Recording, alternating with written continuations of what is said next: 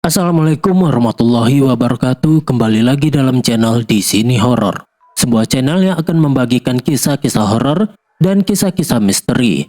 Dan untuk kisah yang akan saya bawakan kali ini berjudul Kisah Pesugihan Penjual Warteg. Sebelum kita masuk ke dalam ceritanya, seperti biasa, untuk teman-teman yang baru bergabung ke dalam channel ini, bisa langsung tekan tombol like, komen, dan subscribe. Serta aktifkan juga selalu lonceng notifikasinya agar tidak ketinggalan untuk kisah horor lainnya. Mari langsung saja kita masuk ke dalam ceritanya.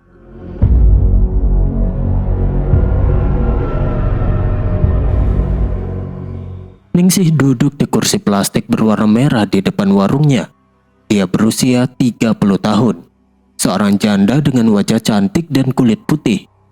Di depannya terdapat meja panjang yang masih penuh dengan makanan siap saji.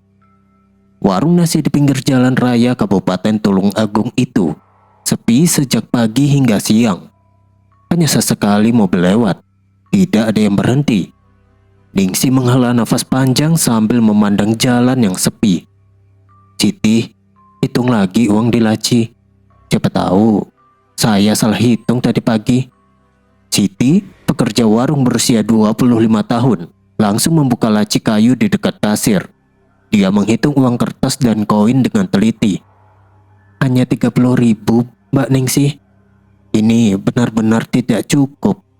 Besok kita butuh beras 5 kilo, ayam, tahu, tempe, dan bumbu-bumbu. Semuanya sudah habis. Ningsih mengusap wajahnya dengan kedua tangan. Berapa porsi nasi yang terjual hari ini sampai jam 2 siang ini? Hanya 5 porsi, Mbak, jawab Siti sambil duduk di kursi sebelah Ningsih. 2 porsi rawon, 2 porsi ayam goreng, dan 1 porsi oseng-oseng, itu saja. Ningsih menggeleng kepala. Dulu, dalam sehari bisa laku 100 porsi lebih. Sekarang cuma 5 porsi. Sudah 3 bulan begini, Siti. Utang di bank sudah menumpuk. Cicilan motor saja sudah telah 2 bulan. Kalau begini terus, warung ini benar-benar harus tutup. Saya tidak tahu harus makan apa besok. Siti menatap Ningsih dengan wajah khawatir. Mbak, kemarin saya dengar dari tetangga, warung Bu Sarni di ujung jalan masih ramai. Katanya karena dia pasang promo harga murah. Apa kita coba ikut promo juga? Sudah saya coba minggu lalu, Siti. Harga saya turunkan, tapi tetap sepi. Orang-orang lewat tapi tidak berhenti. Seperti ada yang menjauhi warung kita, kata Ningsih. Tiba-tiba, seorang laki-laki tua berpakaian lusuh dan membawa tongkat kayu datang berjalan pelan. Dia duduk di salah satu kursi plastik. Mbak, 1 gelas kopi hitam yang panas ya. Ningsih segera bangkit dan membuatkan kopi. Dia meletakkan gelas di depan laki-laki tua itu. Silakan diminum, Mbak. Masih panas. Laki-laki tua itu meniup kopinya perlahan lalu menyeruputnya. Dia memandang sekeliling warung yang kosong. Warungmu sepi sekali, Ningsih. Dulu saya sering lewat sini, selalu penuh. Sekarang kursi-kursi ini kosong semua. Ningsih duduk di depan laki-laki itu. Iya, Mbah. Sudah 3 bulan warung saya sepi. Saya juga sudah bingung. Banyak utang di bank. Tagihan listrik juga menunggak. Kalau tidak ada pembeli, saya tidak tahu harus bagaimana lagi. Laki-laki tua itu meletakkan gelas kopinya. Kamu janda kan? Sudah 3 tahun suamimu meninggal. Ningsih terkejut. Iya, Mbah. Mbah tahu dari mana? Saya tahu banyak hal, kata laki-laki itu sambil tersenyum tipis. Kamu masih muda, cantik, tapi hidup susah. Apakah kamu ingin warung ini ramai seperti dulu, bahkan lebih ramai? Kamu ingin cepat kaya, biar bayar semua hutang, beli rumah baru, beli mobil. Ningsih mendekatkan kursinya, matanya berbinar. Mau sekali, Mbah. Saya mau apa saja, asal warung ini ramai, dan saya bisa keluar dari kesulitan ini. Bagaimana caranya, Mbah? Tolong ajari saya. Laki-laki tua itu menatap Ningsih lekat-lekat. Besok malam kamu datang ke rumah Mbah Jarwo di desa dekat hutan selatan Tulung Agung. Rumahnya agak masuk. Dari pertigaan desa belok kiri lewat jalan tanah sekitar 1 kilometer. Katakan saja kamu dikirim oleh saya dan kamu ingin melakukan pesugihan warteg. Dia pasti tahu. Ningsih mengangguk cepat. Baik mbah, saya akan datang besok malam. Apakah ada yang harus saya bawa? Tidak perlu bawa apa-apa. Cukup datang dengan niat yang kuat, jawab laki-laki tua itu. Dia meletakkan uang 2.000 rupiah di meja, lalu berdiri perlahan. Saya pergi dulu. Setelah laki-laki tua itu berjalan menjauh, Siti langsung mendekati Ningsih. Mbak, siapa orang itu? Kok tahu nama mbak? Kok tahu mbak janda ya? Saya merasa aneh, saya juga tidak kenal dia Siti, jawab Ningsih. Tapi dia bicara sangat yakin. Besok malam saya akan coba ke sana. Ini mungkin satu-satunya jalan keluar dari masalah kita sekarang. Siti terlihat khawatir. Mbak, desa dekat hutan selatan itu kan tempatnya sepi dan banyak cerita aneh dari orang-orang. Apa tidak berbahaya pergi malam-malam sendirian? Saya tidak tahu Siti. Kalau saya tidak lakukan sekarang, besok kita berdua bisa kelaparan. Kamu lihat sendiri kan, uang kita tinggal 30.000. Besok kalau tidak ada bahan, warung ini tutup, kata Ningsih tegas. Siti diam sejenak lalu berkata pelan. Kalau begitu mbak hati-hati ya. Saya tunggu kabarnya besok. Ningsih mengangguk sambil memandang jalan raya yang masih sepi. Pikirannya sudah tertuju pada pertemuan besok malam dengan Mbah Jarwo. Malam berikutnya, tepat pukul 8, Ningsih mengendarai motor bebeknya menuju desa dekat hutan selatan Tulung Agung. Jalan semakin sepi dan gelap setelah melewati pertigaan desa. Hanya lampu motor yang menerangi jalan tanah berlubang. Angin malam terasa dingin menusuk kulitnya. Setelah hampir 1 kilometer masuk ke jalan setapak, Ningsih melihat sebuah rumah kayu jati besar yang berdiri sendirian. Tidak ada rumah penduduk lain di sekitarnya. Lampu minyak menyala redup di teras. Ningsih mematikan mesin motor, turun dan mengetuk pintu kayu dengan tangan yang sedikit gemetar. Masuk, kata sebuah suara laki-laki tua dari dalam rumah. Ningsih mendorong pintu, bau kemenyan dan minyak tanah langsung tercium. Di dalam ruangan yang cukup luas, Mbah Jarwo duduk bersila di atas tikar pandan usang. Dia laki-laki tua berusia sekitar 70 tahun, berjanggut putih panjang dan memakai kain sarung hitam. Saya Ningsih mbah, kata Ningsih sambil berdiri di depan pintu. Tadi malam ada seorang laki-laki tua datang ke warung saya. Dia bilang saya harus datang ke sini kalau ingin warung saya ramai dan cepat kaya. Mbah Jarwo mengangguk pelan sambil menatap Ningsih dari atas ke bawah. Duduklah. Saya sudah tahu kamu akan datang malam ini. Ningsih duduk di tikar di hadapan Mbah Jarwo.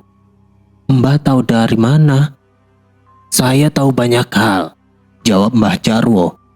Kamu janda yang sudah 3 tahun, umur 30 tahun, belum punya anak, warung nasi di pinggir jalan raya sedang sepi total, dan hutang di bank sudah hampir 100 juta. Benar kan? Ningsih terkejut. Benar sekali mbah. Saya sudah putus asa. Sudah 3 bulan ini hanya 5 atau 6 porsi yang laku sehari. Uang tinggal 30.000. Besok saya tidak tahu mau beli bahan pakai apa. Tolong bantu saya mbah. Mbah Jarwo mengambil rokok kretek dan menyalakannya. Pesugihan warteg memang bisa membuat warungmu ramai dalam waktu singkat. Tapi syaratnya sangat berat. Kamu yakin mau dengar? Ningsih mengangguk cepat. Mau mbah. Saya siap apa saja asal warung saya ramai dan saya bisa bayar hutang. Mbah Jarwo menghembuskan asap rokoknya. Kamu harus bersetubuh dengan siluman monyet setiap malam Jumat Kliwon. Siluman itu berwujud monyet besar, tingginya hampir 2 meter, badannya berbulu hitam lebat, matanya merah. Ningsih membelalakan mata. Bersetubuh mbah dengan monyet? Maksudnya berhubungan badan seperti suami istri? Benar, jawab Mbah Jarwo datar. Bukan monyet biasa. Itu siluman gaib yang sudah ratusan tahun umurnya. Dia akan datang ke kamar belakang warungmu setiap malam Jumat Kliwon pukul 12 malam. Kamu harus melayani nafsu kawinnya. Setelah selesai, dia akan meludahi semua panci, wajan dan makanan di warungmu. Ludahnya itu membuat masakanmu terasa sangat enak. Pembeli akan datang berulang-ulang, bahkan dari jauh. Ningsih menggelengkan kepala, wajahnya pucat. Itu kan hewan, Mbah. Saya harus tidur dengan hewan. Bagaimana bisa? Saya takut. Bukan hewan biasa, potong Mbah Jarwo. Dia makhluk gaib. Badannya besar, kekuatannya luar biasa. Tapi dia tidak akan melukai tubuhmu. Dia hanya butuh penyaluran nafsu. Kamu tidak boleh menolak, tidak boleh berteriak, dan tidak boleh membuka mata kalau dia tidak suka. Kalau kamu melawan, dia bisa marah dan mengambil nyawamu langsung. Ningsih diam cukup lama, tangannya gemetar di pangkuan. Apakah ada cara lain yang lebih ringan, Mbah? Misalnya sesajen atau yang tidak seperti itu? Mbah Jarwo menggeleng. Tidak ada. Kalau kamu mau pesugihan biasa, butuh waktu bertahun-tahun dan syaratnya juga tidak ringan. Ini pesugihan cepat. Dalam seminggu, warung wartegmu sudah penuh. Dalam sebulan kamu bisa beli mobil dan emas. Tapi setiap Jumat Kliwon, kamu harus siap melayaninya tanpa alasan. Kalau saya sudah kaya nanti, apakah saya masih harus melakukannya terus, Mbah? Tanya Ningsih. Iya terus menerus, jawab Mbah Jarwo. Selama kamu masih mau kaya dan warungmu ramai. Kalau kamu berhenti, semua kekayaan akan hilang dalam sekejap. Ningsih menunduk, suaranya hampir hilang. Saya takut, Mbah. Saya belum pernah mendengar hal yang seperti ini. Apakah siluman itu nanti akan datang setiap malam Jumat Kliwon selamanya? Benar. Dan kamu harus menyiapkan satu kamar kosong di belakang warungmu. Letakkan kasur di lantai. Jangan ada lampu yang menyala terang. Dia suka gelap. Kalau kamu setuju, besok malam adalah Jumat Kliwon pertama. Dia akan datang. Ningsih menggigit bibirnya. Air mata mulai menggenang di matanya. Saya tidak punya pilihan lain, Mbah. Hutang saya sudah banyak. Kalau warung tutup, saya bisa mati kelaparan. Baiklah, Mbah. Saya setuju. Mbah Jarwo tersenyum tipis. Bagus. Ingat pesan saya baik-baik. Jangan pernah cerita kepada siapapun. Kalau ada orang lain yang tahu atau melihat siluman itu, perjanjian langsung putus. Semua kekayaan akan hilang. Dan kamu bisa kena celaka besar. Ningsih mengangguk. Saya mengerti, Mbah. Saya tidak akan bilang siapa-siapa. Mbah Jarwo mengambil selembar kertas kecil dan menuliskan sesuatu dengan pena. Ini mantra pendek. Bacakan 3 kali sebelum dia datang besok malam. Sekarang pulanglah. Besok malam pukul 12, siapkan dirimu di kamar belakang. Ningsih menerima kertas itu dengan tangan dingin. Terima kasih, Mbah. Saya harap ini berhasil. Sukses atau gagal tergantung kamu sendiri, kata Mbah Jarwo. Pulanglah sekarang. Ningsih berdiri memberi salam lalu keluar dari rumah kayu itu. Saat menghidupkan motornya, hatinya berdegup kencang. Dia tahu hidupnya tidak akan pernah sama lagi setelah besok malam. Siang harinya, Ningsih membersihkan kamar belakang warung yang selama ini digunakan sebagai gudang barang bekas. Dia memindahkan semua kardus, karung beras kosong, dan peralatan rusak ke gudang kecil di samping. Setelah kamar kosong, dia membersihkan lantai dengan pel dan menyemprotkan cairan pembersih. Siti, kamu jangan masuk ke kamar belakang ini mulai sekarang, kata Ningsih sambil menyeret kasur busa baru yang dibelinya pagi tadi. Siti yang sedang mencuci piring di dapur bertanya heran. Kenapa, Mbak? Memangnya kamar itu mau dipakai apa? Itu sekarang jadi kamar istirahat saya, jawab Ningsih cepat. Kadang saya capek, mau tidur siang atau malam. Kamu tidak usah masuk ya, mengerti? Iya, Mbak, kata Siti, meski wajahnya terlihat ragu. Tapi kok mendadak sekali, Mbak? Kemarin masih penuh barang. Sudah, jangan banyak tanya. Kerjakan saja tugasmu di depan, perintah Ningsih. Sepanjang sore Ningsih gelisah. Dia bolak-balik melihat jam dinding. Pikirannya terus teringat perkataan Mbah Jarwo. Malam semakin larut. Siti pulang ke rumahnya jam 9 malam. Hati-hati ya, Mbak. Malam ini Jumat Kliwon, kata Siti sebelum pulang. Iya, kamu juga, jawab Ningsih singkat. Setelah Siti pergi, Ningsih mengunci pintu warung bagian depan. Dia masuk ke kamar belakang, mematikan lampu utama, dan hanya menyalakan lampu kecil di sudut. Jam dinding menunjukkan pukul 11.45 malam. Ningsih duduk di pinggir kasur busa dengan jantung berdegup kencang. Tepat pukul 12 malam, suhu kamar tiba-tiba terasa dingin. Bau kotoran hewan yang sangat menyengat dan anyir langsung memenuhi ruangan.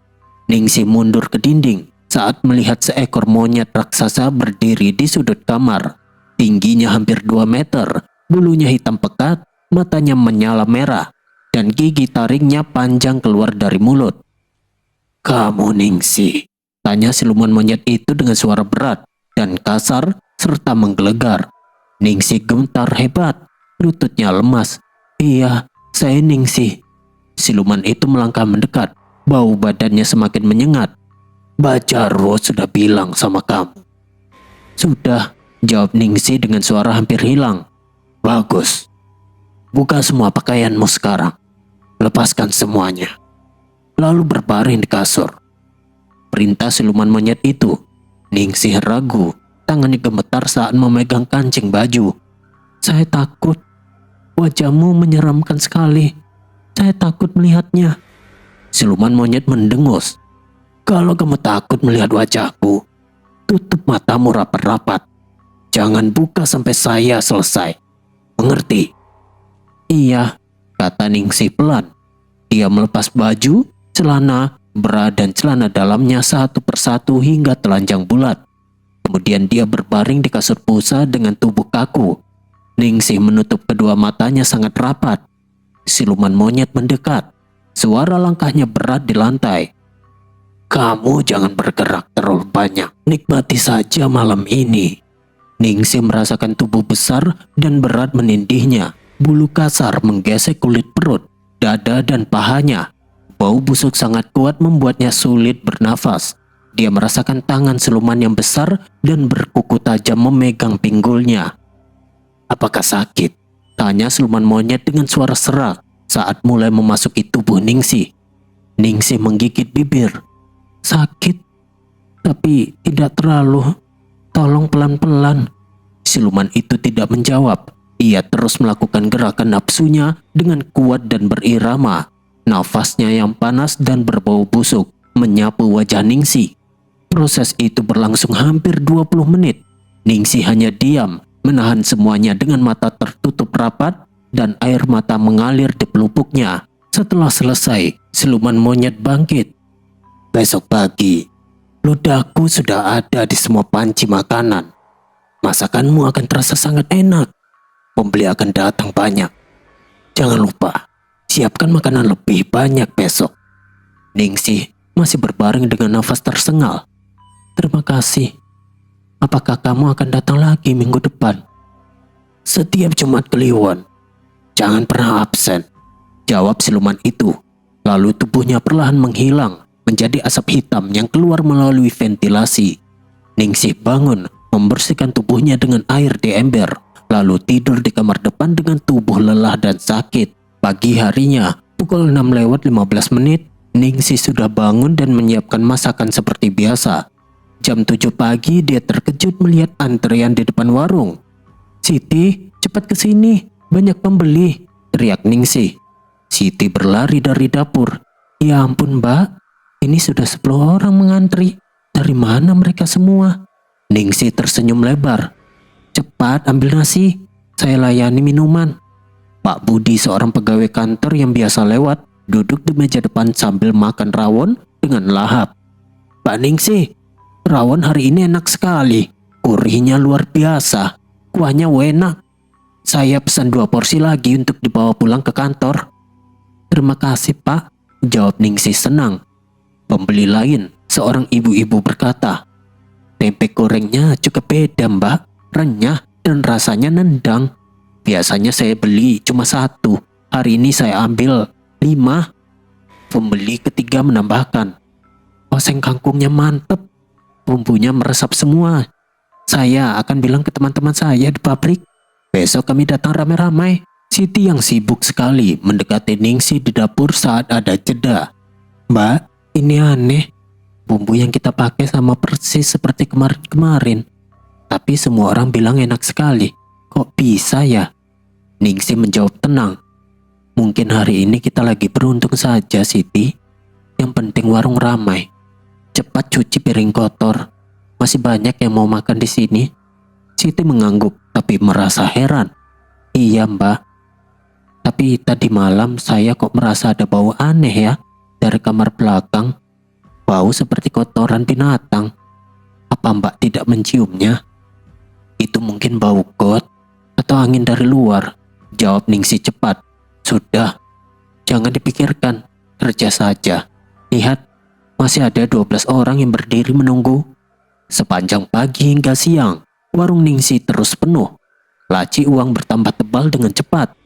Ningsih tersenyum sendiri setiap kali menghitung uang. Untuk pertama kalinya dalam 3 bulan, dia merasa ada harapan.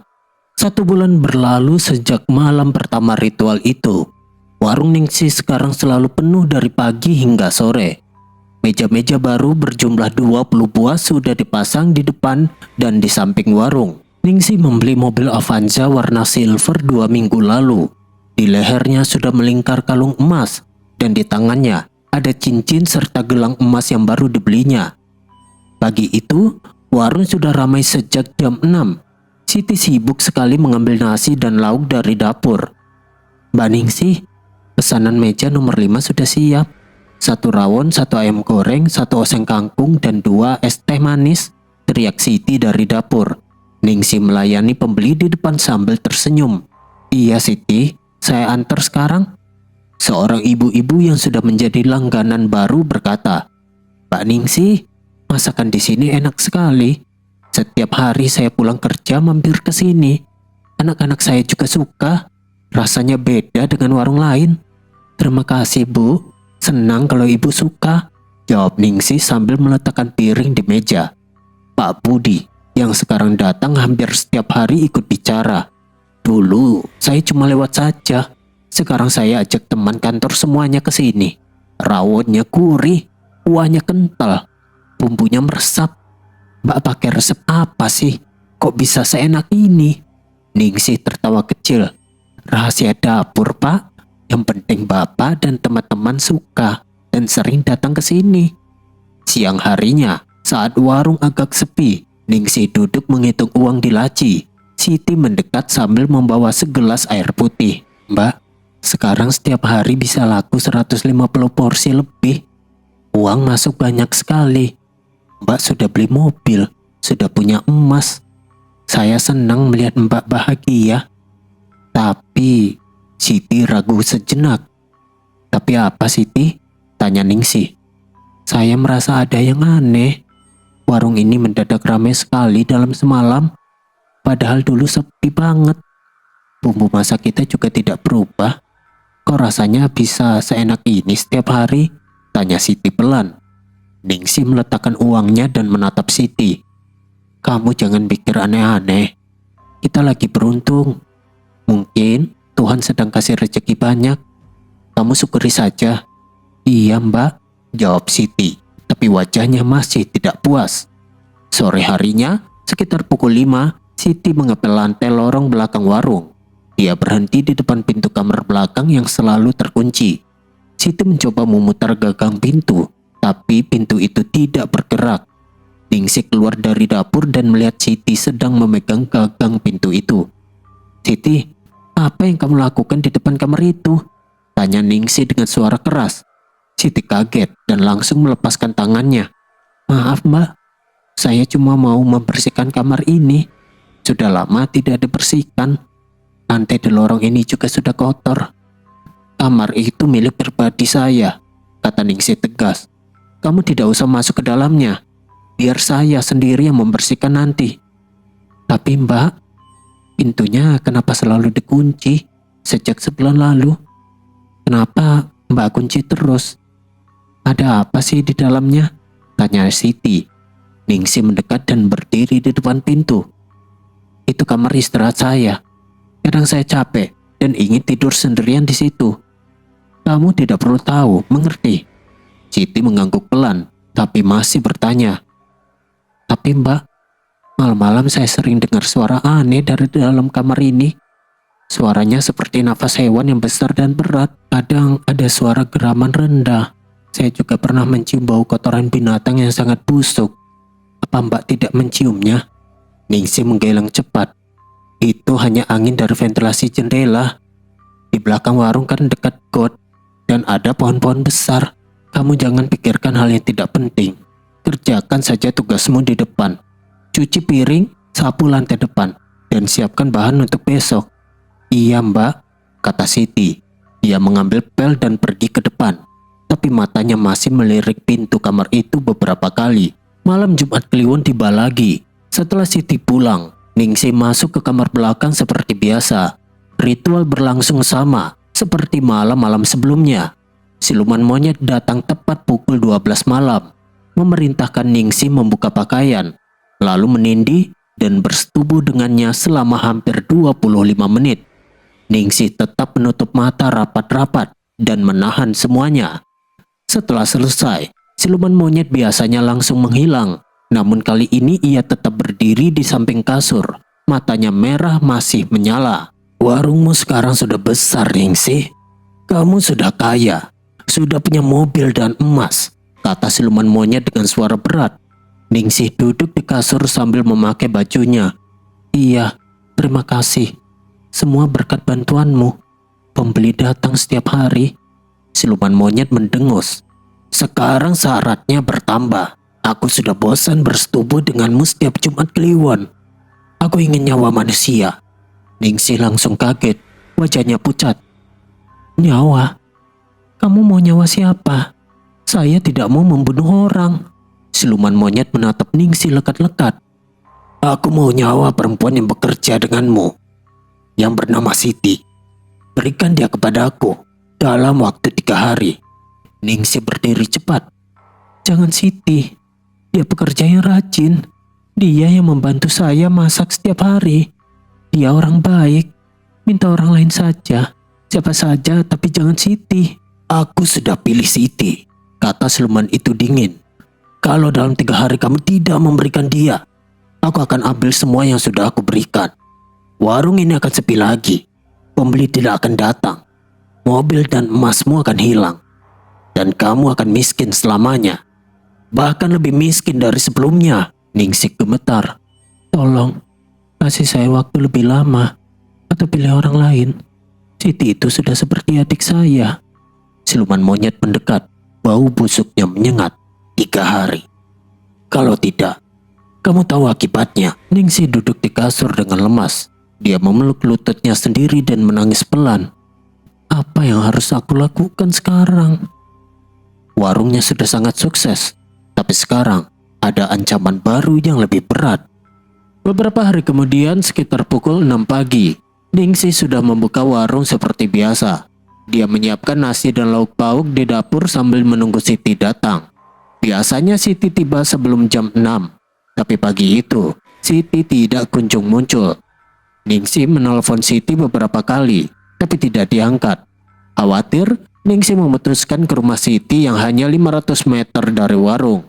Dia mengetuk pintu rumah Siti. Siti, kamu kenapa? Sudah siang loh, warung sudah buka, panggil Ningsih. Dari dalam, kamar terdengar suara lemah. Mbak, masuk saja. Ningsih membuka pintu.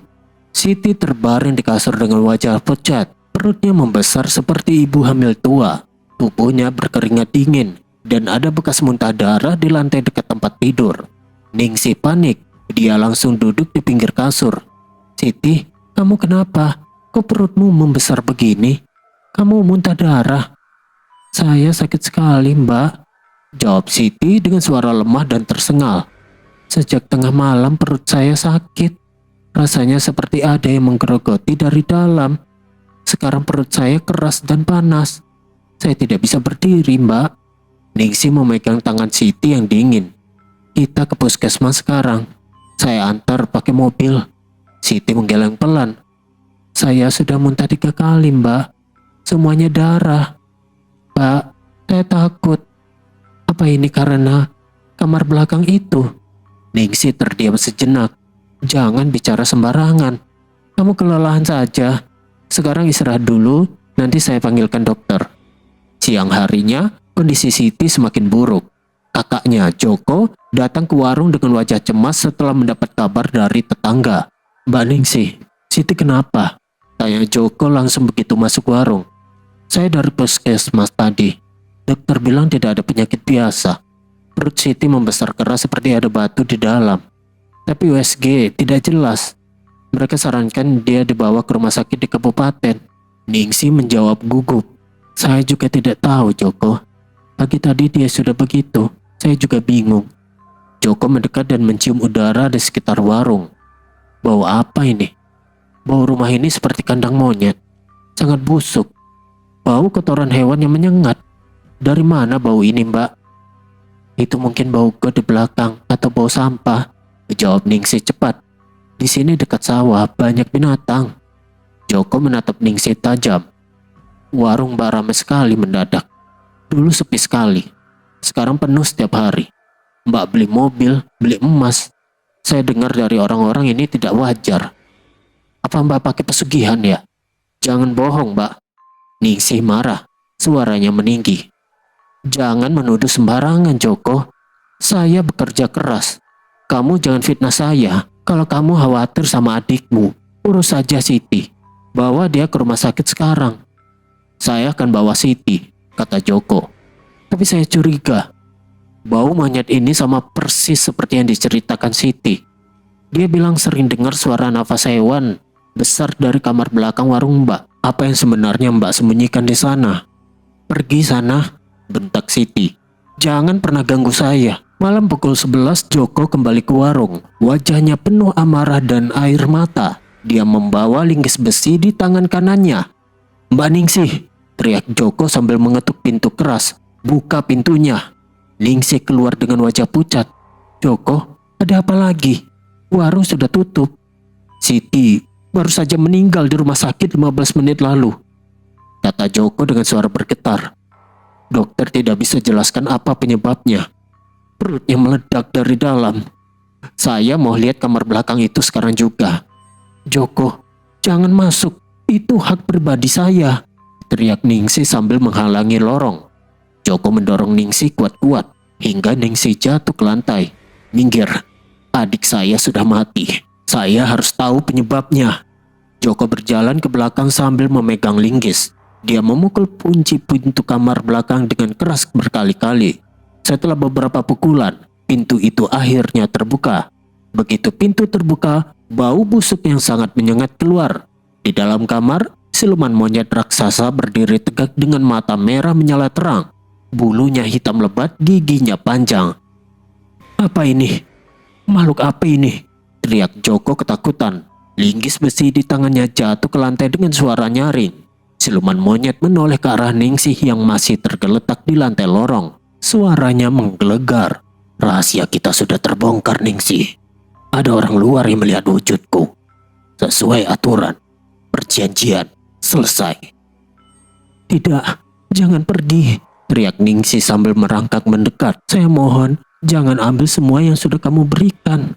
Saya akan kasih apa saja." Siluman monyet mendengus keras. Terlambat. Tubuhnya melompat ke jendela belakang dan menghilang ke dalam kegelapan malam. Joko gemetar di depan pintu kamar.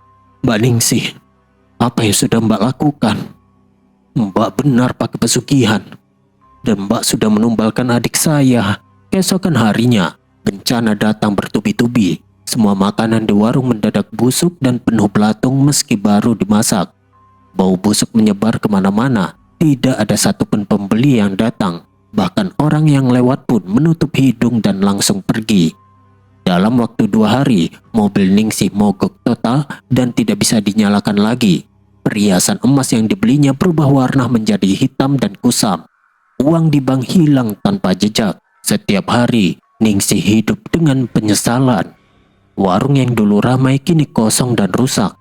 Siti sudah meninggal dan Ningsih harus menjalani hidup dalam penyesalan dan kesendirian yang tak berujung. Sekian cerita horor dalam video kali ini. Terima kasih sudah mendengarkan. Dan untuk teman-teman yang baru bergabung ke dalam channel ini, bisa langsung tekan tombol like, komen, dan subscribe. Serta aktifkan juga lonceng notifikasinya agar tidak ketinggalan untuk kisah horor lainnya. Wassalamualaikum warahmatullahi wabarakatuh. Sampai jumpa di cerita horor selanjutnya.